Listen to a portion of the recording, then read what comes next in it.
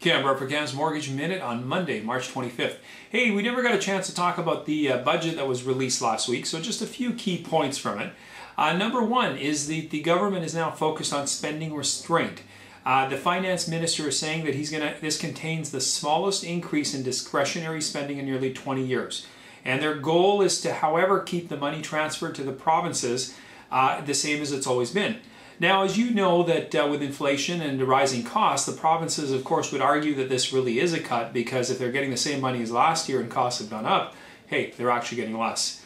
Job training. Another thing that they want to do is they want to provide additional job training, and they're looking for a grant that could provide up to $15,000 per person, and hasn't been finalized, for short-term training, and only about $5,000 would be contributed by the federal government, and the rest of it would be matched by the provinces and employers. So this would be, I guess, a triple initiative where you'd have the employers, the province, and the feds matching training programs. So we'll see what happens with that. There also is going to be no more CIDA. That's the Canadian International Development Agency, which basically performs essential aid work in developing countries. And now that's going to be taken over by Department of Foreign Affairs and International Trade. There's going to be help for manufacturers, according to the feds. They're going to have a tax relief of $1.4 billion over 4 years for buying new machinery and equipment. And again, that's going to be a stimulus in spending. Cheaper equipment, sports equipment, baby equipment, things are going to have tariffs reduced on them to encourage consumers or folks that have kids and things like that, or people that are involved in different kinds of sports or athletics, to have some breaks, and even, again, like I said, in clothing and different items.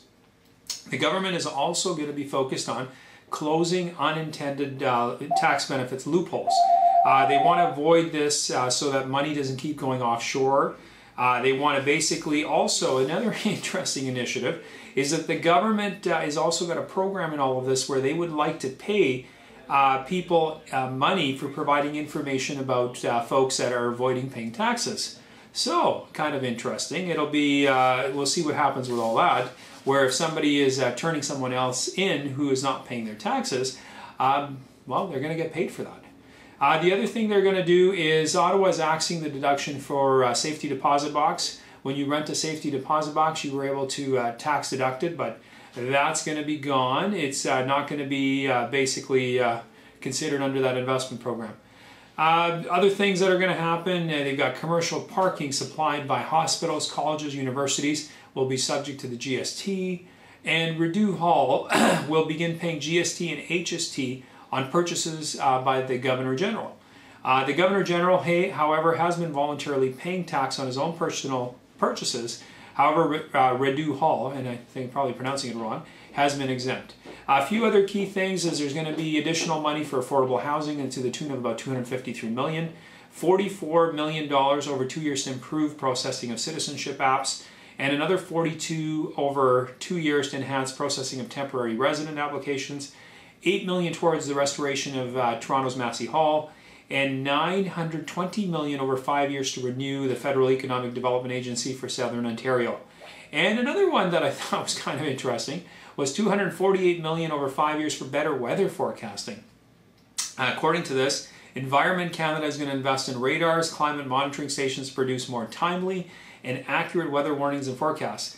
You know what? I don't know. I mean, in this modern world we live in, I would think that between the U.S., our neighbors down there, who have got obviously money invested in things, and other satellites and global agencies and stuff, why we couldn't piggyback off all of that, I don't know. Maybe there's a reason for that. But to spend another $250 million so they can tell me that it's going to rain or not rain on Wednesday or Thursday, I don't know. I can see the benefit of it if you're on one of the coasts and there's sailing and there's ships that are affected and weather storms that way.